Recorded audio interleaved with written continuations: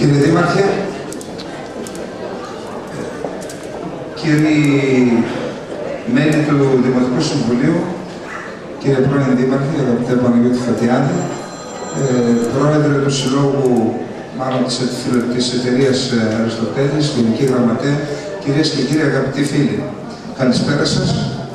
Θα ήθελα πραγματικά να ευχαριστήσω εκ βάθους καρδίας τους συντελεστές της απόψινής εκδήλωσης και το Σωματείο, αλλά και εσάς, κύριε Δήμαρχε, για το Δημοτικό σας Συμβούλιο, τον Αντιδήμαρχό σας, που είχατε την καλή διάθεση, την ευγενή διάθεση να διοργανώσετε, να φιλοξενήσετε την απόψινή εκδήλωση. Για περίπου 50 λεπτά, ίσως και περισσότερο, θα κάνουμε το εξής. Θα παρουσιάσω στην αρχή μερικές έννοιες που σχετίζονται με την γενοκτονία. Στη συνέχεια θα κάνουμε ένα ιστορικό και γεωγραφικό ταξίδι στις αποικίες των Ελλήνων και πώς δημιουργήθηκαν εκεί, για να εξηγήσουμε πώς βρέθηκε ο ελληνισμός σε αυτές τις περιοχές.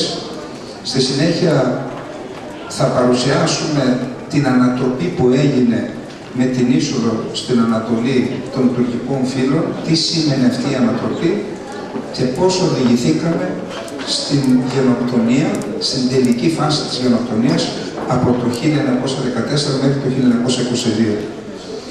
Εδώ είναι το πρώτο μέρος της παρουσίασης. Μετά θα αναφερθούμε στο τι στρατηγική ακολούθησαν οι Αρμένοι μετά το τέλος της γενοκτονίας, τι στρατηγική ακολούθησε ο προσφυγικός ελληνισμός, ο ελληνισμός της Θράκης, του Πόντου και της Ανατολής, αλλά και το ελληνικό κράτος, και στο τέλος θα καταλήξουμε σε κάποια συμπεράσματα και σε ποια στρατηγική πρέπει να ακολουθήσουμε από τούδε και στο εξής, για να έχουμε τα αποτελέσματα που θα δούμε στο τέλος. Εδώ βλέπουμε την έννοια της γενοκτονίας. Γενοκτονία αποτελεί οποιαδήποτε από τις ακόλουθες πράξεις η οποία διαπράττεται με σκοπό την καταστροφή εξ ολοκλήρου ή εν μέρη μιας εθνικής, εθνοτικής, φιλετικής ή θρησκευτικής ομάδας. Οποιαδήποτε από τις παρακάτω πράξεις θεωρείται από μόνη της γενοκτονία, πολύ δε περισσότερο όταν αυτές συνδυάζονται. Αποτελούν λοιπόν γενοκτονία η δολοφονία μερών μιας ομάδας, η πρόκληση σοβαρής σωματικής ή διανοητικής βλάβης σε μέλη της ομάδας, η εθελούσια επιβολή στην ομάδα συνθηκών διαβίωσης που αποσκοπούν στην ολοσχερή ή μερική φυσική εξόντωσή της, η επιβολή μέτρων που αποσκοπούν στην παρεμπόδιση των γεννήσεων στο εσωτερικό της ομάδας και η δια της βίας μεταφορά των παιδιών της ομάδας σε μια άλλη ομάδα. Πόλεμος. Η ιστορία της ανθρωπότητας είναι συνυφασμένη με τους πολέμους. Οι πόλεμοι είναι συνήθως κατακτητικοί. Εξ αυτού, η μία πλευρά είναι ο επιτιθέμενος και η άλλη ο αμυνόμενος.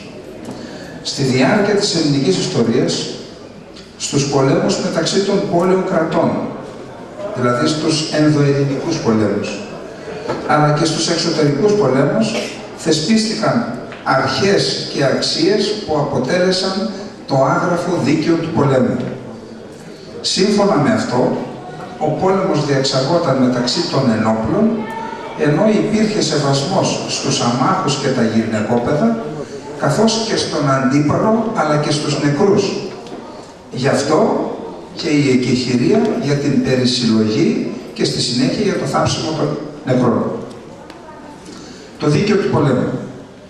Το 17ο αιώνα, όλες αυτές οι αρχές που θεσπίστηκαν στους αιώνες αλλά και στις χιλιετίες της ιστορίας του ελληνισμού, ταξινομήθηκαν στο τρίτο μου έργο, το δίκαιο του πολέμου και της ειρήνης.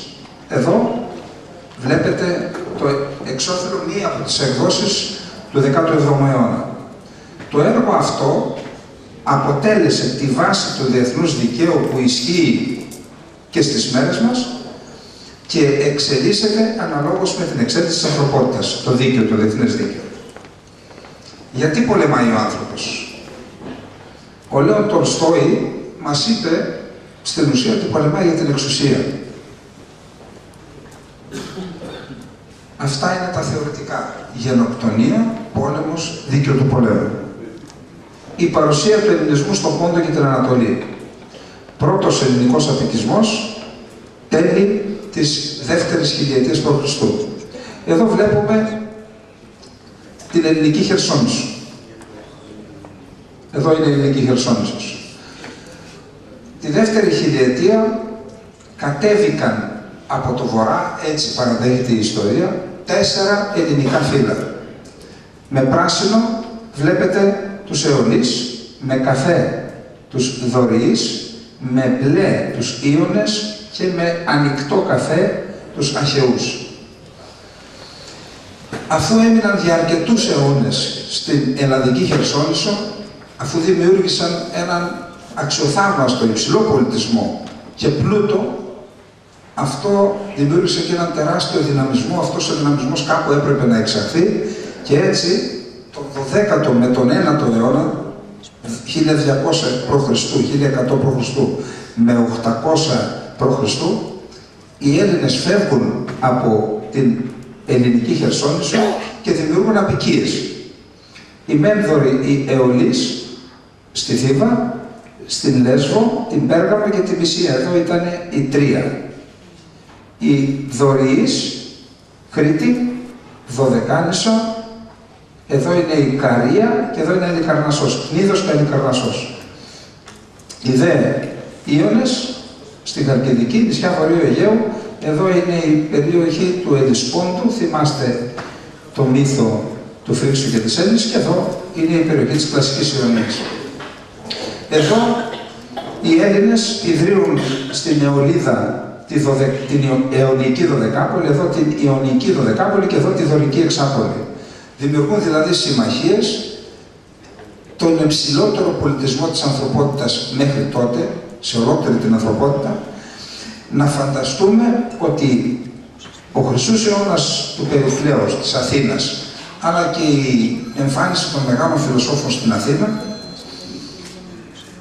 ήταν αποτέλεσμα της φιλοσοφικής σκέψης που αναπτύχθηκε κυρίως στην Ιωνία.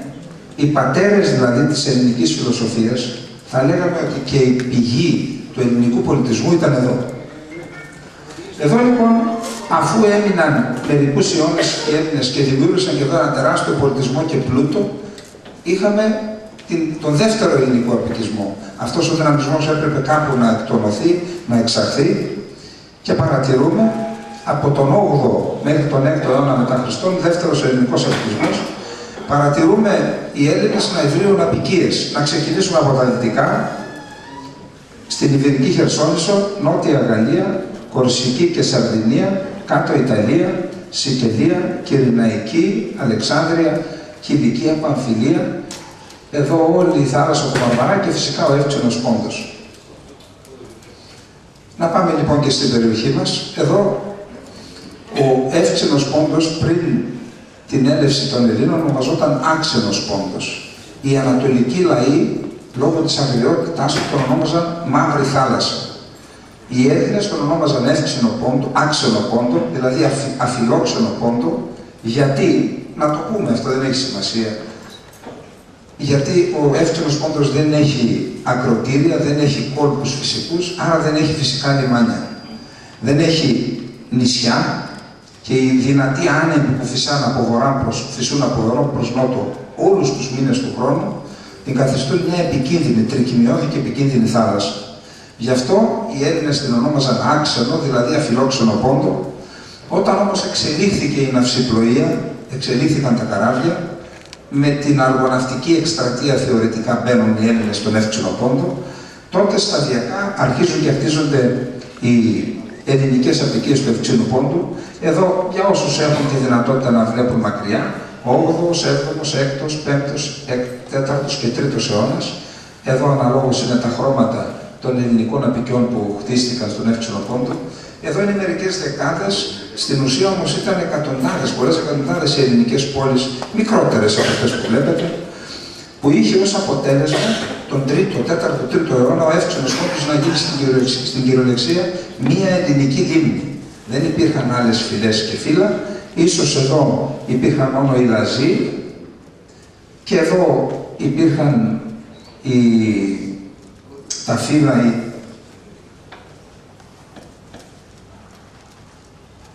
μου διαφεύγει τώρα ποια φύλλα ήταν εδώ. Κατά τα άλλα, όλη αυτή η περιοχή, όλος ο Εύξηνος Πόντος, ιδιαίτερα στις ακτές, ήταν μια ελληνική πατρίδα. Εδώ πρέπει να πούμε το εξής, ότι όλες αυτές οι αποικίες και στον πρώτο ελληνικό αποικισμό και στο δεύτερο ελληνικό αποικισμό δεν έγιναν με κατακτητικούς πολέμους. Οι Έλληνες πήγαιναν σε αυτές τις περιοχές με τη λογική του συνδιαλέγομαι, συναλλάσσομαι, συνυπάρχω, συναναπτύσσομαι, συν. Ποτέ δεν ήταν κατά, ποτέ δεν ήταν εναντίον, δεν είχαμε επιθετικούς και επεκτατικούς πολέμους και δεν εξόντωσαν ούτε έκαναν εθνοκαθάρισες ούτε γενοκτονίες στους τοπικούς πληθυσμούς.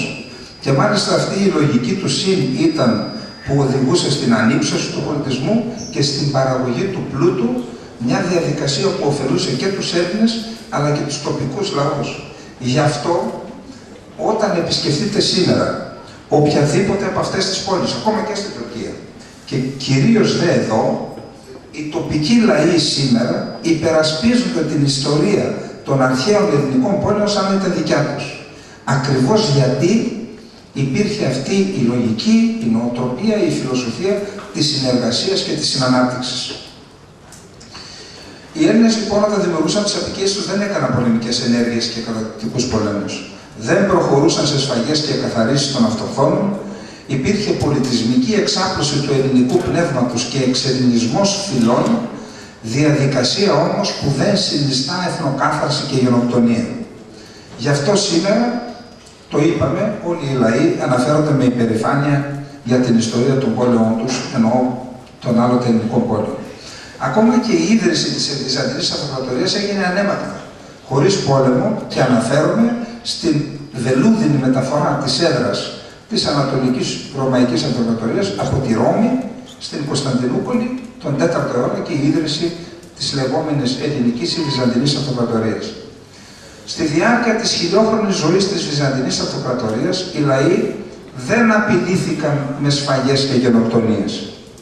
Μπορεί να επικράτησε ελληνική γλώσσα στη διοίκηση και στην εκπαίδευση, όμως αυτό σχετίζεται με το πολιτισμικό περιεχόμενο, τη μακρόχρονη ιστορία της ελληνικής γραμματείας και τη δυναμική της γραμματείας και της γλώσσας και όχι σε κάποιο επεκτατικό σχέδιο ή σχέδιο επιβολής των Ελλήνων επί των άλλων φυλών.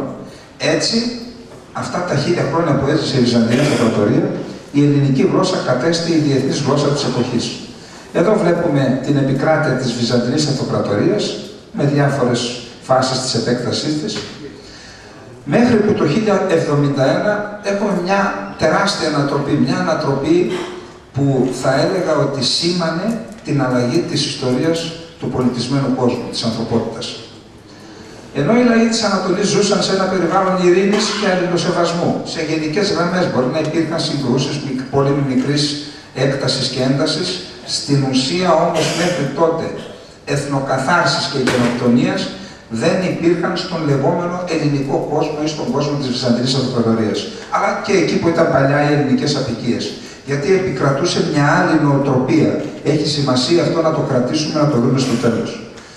Στις αρχές λοιπόν της δεύτερης χιλιετίας μετά Χριστόν, το 1071, εμφανίζονται στα σύνορα της Ανατολής τα πρώτα τουρκικά σελτσουκικά φύλλα υπό τον Αρπασλάν. Το 1071, στη μάχη του Ματζικέρ,